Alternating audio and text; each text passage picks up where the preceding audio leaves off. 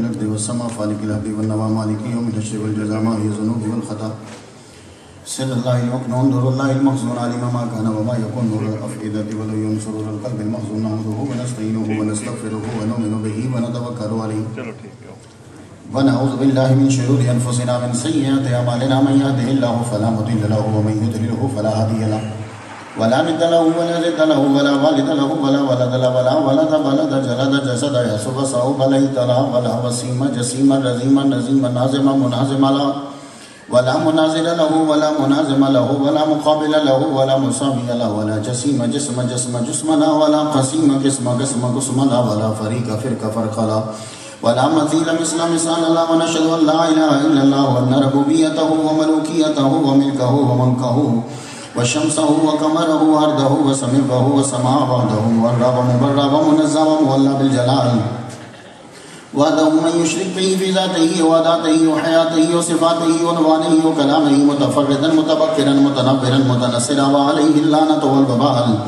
ونشهد أن سيدنا وسيد ساداتنا وسيد ركعاتنا وسيد جماعاتنا وسيد لطافاتنا ونورنا ونور ديننا ونور دنيانا ونور آخرنا ونور صدورنا ونور قبورنا وجميلنا وأجملنا وشفيقنا وأشفقنا وكريمنا وأكرمنا ورفيقنا وأرفقنا وعميمنا وياممنا وغوثنا ومغيثنا وغيثنا وغياثنا وأنهنا ومهيننا وعيننا وعياننا وملجانا ومغوانا ومولانا محمدا صل على محمد وعلى آل محمد صل على حال محمد صل على قال محمد صل على منال محمد صل على جمال محمد صل على جلال محمد صل على قبال محمد صل على معال محمد صل على نوال محمد صل على نقل فضل فصل اصل محمد صل على بيان قرآن فرقان عثمان بن عفان محمد صل على جفون جفن جفان محمد صل على زور اسر محمد صل على هنان بدر محمد صل على روضة جدار قبر محمد صل على محمد وعلى آل محمد كما صليت على إبراهيم وعلى آل إبراهيم إنك حميد مجيد أعوذ بالله السميع العليم العظيم الحفيظ بوجه الكريم وسلطانه القديم من الرجس الخبيث المخبث الشيطان اللعين الرجيم وقبيله ونفخه ونفثه وهمزه بسم الله الرحمن الرحيم يا أيها الذين آمنوا لا تقولوا راعنا وقولوا انظرنا واسمعوا صدق الله مولانا العلي العظيم وبلغنا رسوله النبي الكريم ونحن على ذلك لمن الشاهدين والشاكرين والحمد لله رب العالمين إن الله وملائكته يصلون على النبي يا أيها الذين آمنوا صلوا عليه وسلموا تسليما بواجب الدرود الشريف جال کے ذرا اللهم صل على سيدنا محمد وآباء محمد وآل محمد وأصحاب محمد وبارك وسلم گرامی قدر قبلہ حضرت علامہ بلکہ علامہ ابن علامہ اور رائٹر ابن رائٹر حضرت العلامہ حضرت قبلہ غلام ذوقانی صاحب مدثر اللہ علی اور حضرت العلامہ حضرت علامہ عبد الغنی اویسی صاحب اور قبلہ امام شیخ وزیر علی مدثر اللہ علی انشاءاللہ immediately after me you will listen his lecture اور قبلہ ہمدانی صاحب اور آپ سب لوگ اور ماشاءاللہ مکہ مسجد کی انتظامیہ غوث اعظم مسجد کی انتظامیہ مکہ مسجد روسی کی انتظامیہ اور نور مسجد کی انتظامیہ اور آپ سب لوگ میری بہنیں اور بھائی اللہ تبارک و تعالیٰ جل شانہ کا لاکھ لاکھ شکر ہے کہ جس نے ہمیں اشرف المخلوقات انسان پیدا فرمایا اشرف المخلوقات انسان پیدا فرما کے اپنے پیارے محبوب طالب و مطلوب آقا نامدار مدنی تاجدار تاجدار عرب و عجم فخر بنی آدم و آدم ہادی و سب الخیر رسول احمد مصطفیٰ محمد مصطفیٰ صلی اللہ علیہ وسلم کی امت سے پیدا فرمایا آپ لوگ ذرا جاگیں اور جاگنے کا ثبوت دیں ابھی آپ نے بڑی زبردست تقریر سننی ہے وزیر علی صاحب کی تقریر سننے کے لیے آپ لوگوں کو بڑا جاندار ہو کے بیٹھنا پڑے گا وہ آپ کو تقریر دکھائیں گے بھی اور تقریر سنائیں گے بھی تو ابھی سید شاہ تراب الحق صاحب مدثر اللہ علی وہ بھی تشریف لا رہے ہیں رستے میں ہیں اور آپ لوگ وہ ڈھیلے بیٹھے ہوئے ہیں نہ کسی کی سبحان اللہ کی آواز آ رہی ہے اور نہ کسی کی ماشاءاللہ کی آواز آ رہی ہے نعرہ تکبیر نعرہ رسالت سبحان اللہ کہنے سے سبحان تو اب آپ پہ ڈیپینڈ کرتا ہے کہ کتنے درخت جنت میں لگوانا چاہتے ہیں یہاں لگاؤ گے کوئی نہ کوئی کاٹ جائے گا وہاں کوئی کاٹ نہیں سکتا تو اس لیے ذرا سبحان اللہ جب بات اچھی لگے سبحان اللہ ہاں کچھ جاتا نہیں ہے گفتگو سماعت فرمائیں خدا تعالیٰ نے قرآن مجید میں ارشاد فرمایا یا ایھا الذین آمنو، جو ایمان لا چکے ہو، سنو، لا تقولوا رائنا، محمد صلی اللہ علیہ وآلہ وسلم کی تقریر جب سن رہے ہو تو حضور کو متوجہ کرنے کے لیے یا بات پوچھنے کے لیے یہ ورڈ یوز مت کرنا رائنا کا۔ کون سا یوز کرنا؟ وقول انظرنا، انظرنا کا ورڈ یوز کرنا، رائنا کا یوز مت کرنا۔ اور واسمعوا، اصل بات یہ ہے کہ تمہیں بات ہی ان کی غور سے سننی چاہیے تاکہ تمہیں یہ کہنا ہی نہ پڑے کہ حضور ریپیٹ کیجئے۔ ترجمہ سن لیا آپ نے، سمجھ میں آ گیا ہوگا۔ پہلا پارہ ہے، آپ نے اس آیت کو بارہا پڑھا ہوگا۔ یا ایھا الذین آمنو، اے وہ لوگو جو ایمان لائے ہو، لا تقولوا، نہ کہو رائنا، وقولوا انظرنا، بلکہ کہو انظرنا، واسمعوا، اور بہت غور سے سنو۔ ہوا کیا تھا کہ حضور جب تقریر فرماتے تھے تو آپ کی تقریر کے مجمع کے اندر یہودی بھی بیٹھتے تھے، آپ کے مجمع میں منافق بھی بیٹھتے تھے، آپ کے مجمع میں عیسائی بھی بیٹھتے تھے، آپ کے مجمع میں صحابہ بھی بیٹھتے تھے۔ اب حضور صلی اللہ علیہ وآلہ وسلم جب تقریر فرماتے تو کسی صحابی کو سمجھ نہ آتی تو وہ کہہ دیتے یا رسول اللہ رعایت فرمائیے، رائنا، آپ ذرا اس کو دوبارہ بول دیجئے، ہمیں سمجھ نہیں آئی۔ تو جو بیچ میں منافق ہوتے تھے وہ کہتے تھے رائینا، اور جو یہودی ہوتے تھے وہ کہتے تھے رائنا۔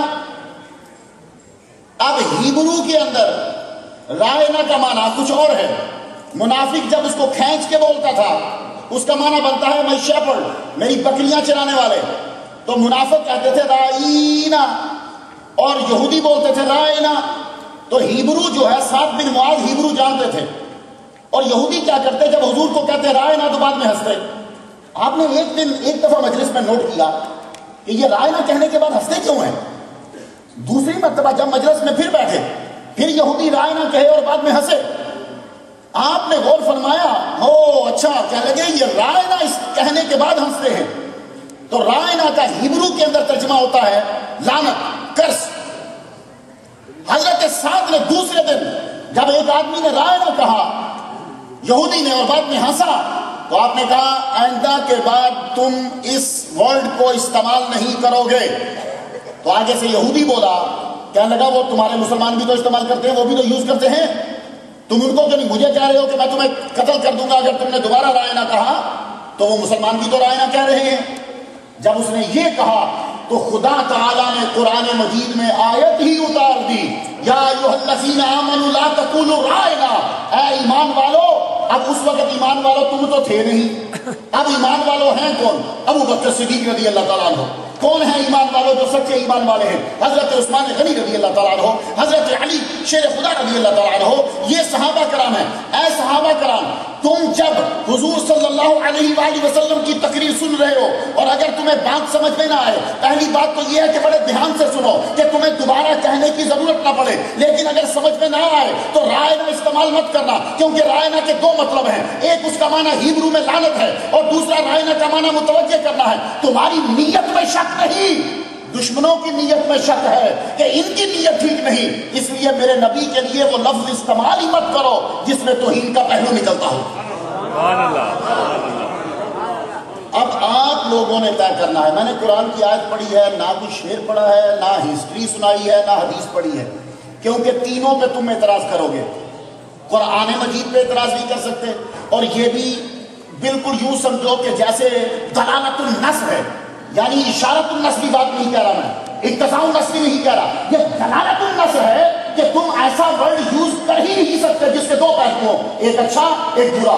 جیسے لفظ بشر ہے، بشر کے اس دور میں دو معنی ہے، ایک تو بشر کا معنی ہے کہ جس کی سکن ہے، یہ اس کا اچھا پہلو ہے، اس لیے آپ کو بشر کہا جاتا ہے کیونکہ تمہاری سکن ہے۔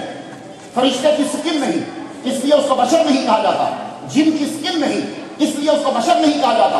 تمہاری سکن ہے، تمہیں بشر کہا جاتا ہے، تو بشر کا ایک معنی تو یہ ہوا جس کی سکن ہے، اور ایک بشر کا معنی یہ ہے یہودی، عیسائی، سکھ، ہندو، مجوسی، گناہگار، بدتمیز، بے شرم، یہ سب معنی بشر کے ہیں۔ اب مجھے تم بتاؤ، تمہاری چاہے نیت صحیح ہو کہ کہ ہم نبی کو بشر کہہ رہے ہیں، تمہاری بھلے سے نیت صحیح ہو، لیکن تم یہ ورڈ نبی کے لیے یوز کر نہیں سکتے، کیونکہ اس کے دو معنی ہیں، ایک تو اس سے مراد کافر بھی ہے، ہندو بھی ہے، سکھ بھی ہے، اور ایک اس سے وہ بندہ کہ جس کی سکن ہے، وہ جنس جس کی سکن ہے، اس لیے تم یہ لفظ حضور کے لیے استعمال کر ہی نہیں سکتے۔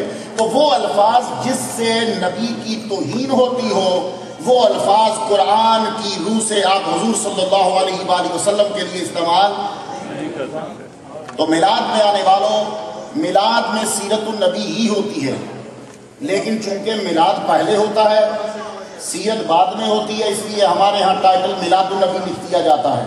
یہ مطلب نہیں کہ ہم حضور کی سیرت کے منکر ہیں، میلاد پہلے ہوگا، بچہ پیدا پہلے ہوگا، اس کی سیرت جو ہے وہ بعد میں ہوگی۔ حضور صلی اللہ علیہ وسلم کی ولادت جو منائی جاتی ہے، اس کا مقصد یہ ہوتا ہے کہ توحید کی پروٹیکشن ہو جائے۔ اگر آپ حضور صلی اللہ علیہ وسلم کا میلاد نہیں منائیں گے تو توحید کی پروٹیکشن نہیں ہوگی۔ ہو سکتا ہے کہ کوئی آدمی حضور کو رب کے برابر قرار دے دے، ہو سکتا ہے کوئی کہہ دے کہ حضور جو ہے نعوذ باللہ جیسے دوسروں نے کہا کہ وہ اللہ کے بیٹے ہیں، لیکن جب تم میلاد بڑی سختی سے مناؤ گے تو سب لوگوں کو بتاؤ گے کہ حضور آج کے دن پیدا ہوئے، وہ حضرت آمینہ کے بیٹے ہیں، حضرت عبداللہ کے لخت جگر ہیں، تو سمجھ میں آ جائے گا جو پیدا ہوتا ہے وہ اور تو سب کچھ ہو سکتا ہے، نہ خدا ہو سکتا ہے نہ خدا کے برابر ہو سکتا ہے۔ اور ایک اور ورڈ بہت یوز کیا جاتا ہے زیادہ تر عورتوں میں، اور جو درس قرآن ہوتا ہے، جی میلاد شرک ہے، یہ لفظ جو بھی استعمال کرے اس کے آگے ہاتھ جوڑ کے کہو فوراً کلمہ پڑھ اور توبہ کر، کیونکہ تو کافر ہو چکا ہے۔ آپ پوچھیں گے مختار نہیں وہ کیسے؟ اس لیے کہ شرک کہتے کسے ہیں، شرک کی ڈیفینیشن کیا ہے؟ شرک کی ڈیفینیشن یہ ہے کہ جو چیز اللہ کے لیے خاص تھی وہ کسی بندے کے لیے کر دی، جیسے سجدہ یہ اللہ کے لیے ہے، اگر تم کسی اور کے لیے کرو گے خدا سمجھ کے تو شرک ہو گیا۔ جیسے ورشپ پوجا اللہ کے لیے ہے، اگر تم نے کسی بندے کے لیے کر دی، اس کو معبود بنا لیا تو شرک ہو گیا۔ اگر تم نے یہ کہا کہ میلاد شرک ہے تو اس کا مطلب ہے کہ تم دماغ میں یہ رکھ رہے ہو کہ میلاد اصل میں نعوذ باللہ اللہ کا تھا اور وہ حضور کا ہو رہا ہے۔ اتنی بڑی جہالت کا ثبوت دیا درس قرآن کے اندر۔ جس شخص کو یہ نہیں معلوم کہ میں میلاد کے ساتھ لفظ شرک استعمال کر سکتا ہوں کہ نہیں، وہ آگے کیا درس دے گا؟ تو اس لیے دماغ میں رکھو، میلاد جو ہے اللہ تعالیٰ هو الاول والآخر والظاہر، خدا تعالیٰ جو ہے اس کی کوئی ابتدا نہیں ہے، اس کی کوئی ابتدا نہیں ہے، وہ پیدا نہیں ہوا نعوذ باللہ، پیدا ہوئے ہیں تو محمد صلی اللہ علیہ وآلہ وسلم، محمد صلی اللہ علیہ وآلہ وسلم پیدا ہوئے 22 اپریل یکم جیٹ سوموار کا دن 12 ربیع الاول 4:20 پہ جب حساب لگایا تھا تب سعودی عرب کے ٹائم کے مطابق 4:20 پہ محمد صلی اللہ علیہ وآلہ وسلم نے اپنے قدم جو ہے زمین کے اوپر رکھے۔ ایک کتاب ہے وہ آج سے 693 سال پہلے لکھی گئی، 693 سال پہلے، المدخل اس کا نام ہے۔ وہ سوال اٹھاتے ہیں کہ حضور صلی اللہ علیہ وآلہ وسلم سوموار کے دن کیوں پیدا ہوئے؟ اللہ تعالیٰ ان کو منگل کے دن پیدا کر دیتا، اللہ تعالیٰ ان کو جمعہ کے دن پیدا کرتا، جیسے حضرت آدم علیہ السلام کو جمعہ کے دن پیدا کیا ہے۔ اللہ تعالیٰ نے حضور صلی اللہ علیہ وآلہ وسلم کو منڈے کے دن سوموار کو کیوں پیدا کیا؟ تو آپ جواب دیتے ہیں کہ سنو، ان اللہ خلق الشجر یوم الاثنین، اللہ تعالیٰ نے درختوں کو پیدا کیا ہے سوموار کے دن۔ درخت جو خدا تعالیٰ نے زمین میں اگائے سوموار کے دن اگائے، اس کے علم کے مطابق جو بنتا ہے تو درخت اگے۔ اب درخت کرتا کیا ہے؟ ہر ملک یہ کہتا ہے کہ درخت زیادہ لگاؤ، درخت جو ہے گرینری جو ہے یہ گرینری زندگی کی علامت ہے۔ آپ کی فضا کو صاف کرتے ہیں درخت، جس جگہ پہ درخت نہیں ہوتے بارشیں کم آتی ہیں، پولوشن زیادہ ہو جاتی ہے، اس لیے کہتے ہیں کہ درخت زیادہ لگاؤ۔ درخت آکسیجن جو ہے وہ چھوڑتا ہے، اور آپ لوگ صبح صبح اسی لیے درخت کے قریب کھڑے ہو کے سانس لے رہے ہوتے ہو، بعض اوقات تو مجھے لگتا ہے کہ جیسے یہ بندہ سانس کھینچ رہا ہے درخت ہی اندر لے جائے گا، تو لیکن کیوں؟ اس کی کوشش ہے کہ آکسیجن میرے اندر آ جائے۔ تو درخت تمہیں آکسیجن دیتے ہیں، تم آکسیجن لیتے ہو، تو آکسیجن کی بنا پہ تم زندہ رہتے ہو۔ اگر آکسیجن تمہاری بند ہو جائے تو پھر کیا ہوگا؟ تم مر جاؤ گے۔ زیادہ سے زیادہ 1 منٹ زندہ رہو گے، 2 منٹ زندہ رہو گے، بڑا سانس ہے تمہارا، چلو 3 منٹ، آپ اس سے زیادہ کہاں زندہ رہو گے؟ تم مر جاؤ گے۔ 1 منٹ 2 منٹ تم اپنی سانس کو روکے رکھو، آکسیجن نہیں جائے گی، تمہارے سیل مر جائیں گے، تم بھی مر جاؤ گے۔ تو آکسیجن دیتے ہیں تمہیں درخت، آکسیجن کی بنا پہ تم زندہ رہتے ہو، یعنی ہماری دنیا کی زندگی بچا رہی ہے آکسیجن، ہماری دنیا کی زندگی کی بقا ہے آکسیجن۔ تو اب توجہ کیجئے، وہ فرماتے ہیں 693 سال پہلے انہوں نے یہ نکتہ لکھا کہ آکسیجن یعنی درخت پیدا کیے گئے منڈے کے دن، محمد صلی اللہ علیہ وآلہ وسلم کو رب تعالیٰ نے پیدا کیا، دنیا میں بھیجا منڈے کے دن۔ آکسیجن ہماری زندگی کی بقا کی علامت ہے اور محمد مصطفیٰ ہماری ایمان کی بقا کی علامت ہے۔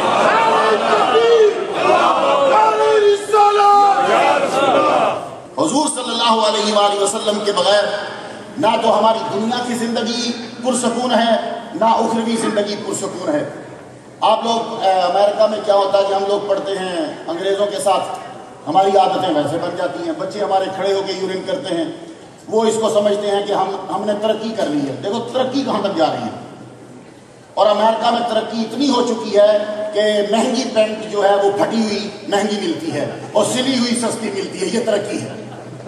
اتنی زیادہ ترقی کر لی کہ جس کی گھٹنے سے پینٹ پھٹی ہوگی وہ $100 کی، اور جو نئی صاف لے کر آئے گا وہ $50 کی۔ یہ اتنی ترقی کی ہے ہم نے، ابھی اور ترقی کرنی ہے۔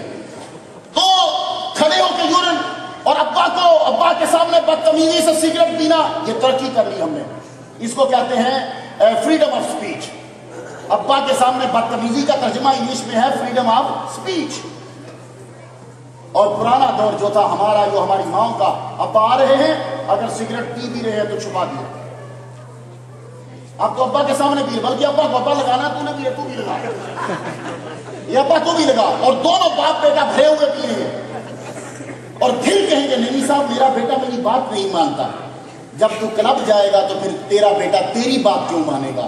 تو اس کو کبھی میلاد کی محفل میں لایا ہوتا، نبی کی محبت اس کے من میں بٹھائی ہوتی تو وہ تیرا احترام بھی کرتا۔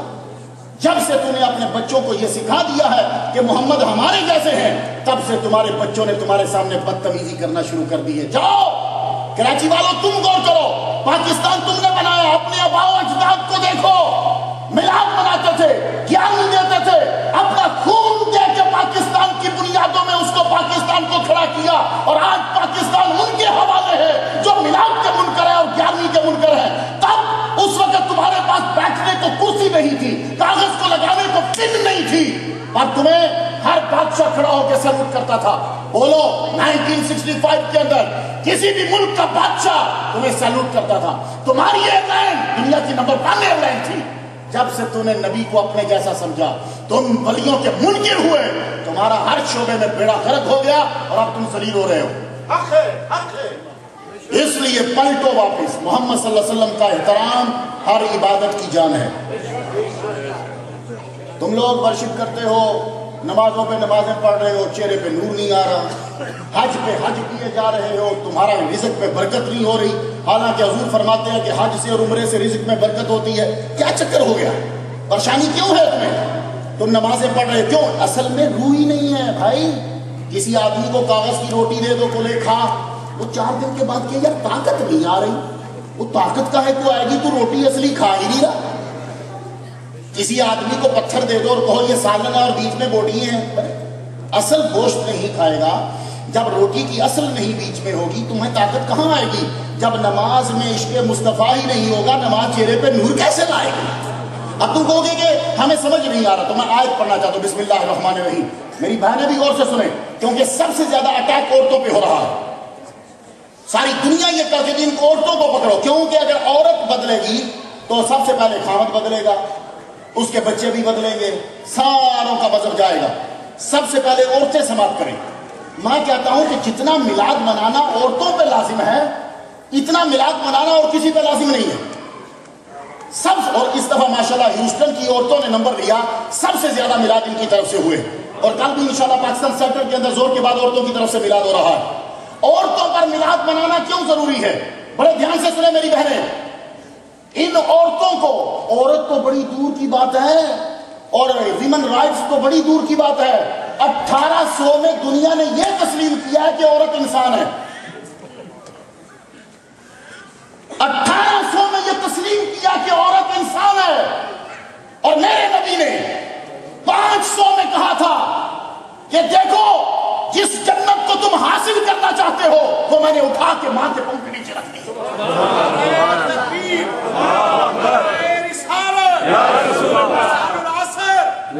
اس کا مطلب یہ ہے کہ عورتوں پر میلاد سب سے زیادہ لازم ہے۔ ویسے تو میلاد لازم ہے یہودیوں پر، میلاد لازم ہے عیسائیوں پر، میلاد لازم ہے سکھوں پر، میلاد لازم ہے جتنے بھی مکتب فکر کے لوگ ہیں، میلاد بچوں پہ لازم ہے، ہر ایک پہ لازم ہے کہ نبی کے آنے کی خوشی منائے، لیکن عورتوں پہ زیادہ لازم ہے، اس لیے کہ محمد صلی اللہ علیہ وآلہ وسلم نے عورت کے مقام کو بڑھا دیا ہے۔ حضرت آپ سمجھتے ہو کہ تصوف میں کیا پیچھے رہی ہیں عورتیں؟ تصوف میں پیچھے نہیں۔ منصور حلاج کی بہن اس درجے میں تھی تصوف میں کہ منصور حلاج نے صرف اس پیالے میں پانی پیا تھا جس پیالے میں منصور حلاج کی بہن پانی پیتی تھی، اور اس کے بعد منصور حلاج کا حال دیکھ لیجئے۔ سلطان بہو کی والدہ لا الہ کہتی تھی تو ایک دم سے سب اندھیرا ہو جاتا، الا اللہ کہتی فوراً اندھیرے میں روشنی ہو جاتی تھی۔ تصوف میں کیا کم مقام پہ؟ بی بی فاطمہ کو دیکھ لو، کیا تصوف میں کم مقام پہ؟ الیاس برنی رحمہ اللہ نے تو یہ کہہ دیا کہ اگر دنیا میں کوئی کام کسی جگہ پہ نہ بنتا ہو تو وہ بی بی فاطمہ کے قدموں پہ بن جائے گا۔ یہ الیاس برنی رحمہ اللہ نے کہا۔ دلیل پوچھی گی حضور دلیل کیا ہے؟ کہنے کہ سنو، اس لیے کہ بی بی فاطمہ وہ عورت ہیں کہ جو تخت رسالت بھی ہیں اور تخت ولایت بھی ہیں۔ بی بی مریم ولایت تو ہے، تخت ولایت تو ہے بی بی مریم، تخت رسالت نہیں ہے۔ بی بی فاطمہ تو زہرا کا مقام، یہ عورت ہی تو ہیں، اس لیے کہ بیٹی اس کی ہے جو سید الانبیاء ہے، بیوی اس کی ہے جو سید الاولیاء ہے، اور ماں ان کی ہے جو جنتی نوجوانوں کے سردار ہے۔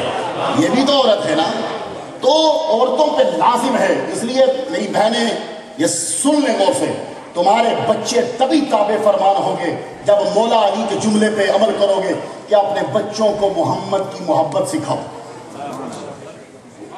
حضور صلی اللہ علیہ وآلہ وسلم نے ہمیں ہر شعبے کے اندر ہر شے دے دی۔ ابھی میں یہ جو گینیز بک جسے آپ بولتے ہو اور یہ فیکٹس جسے بولتے ہو اسے پڑھ رہا تھا،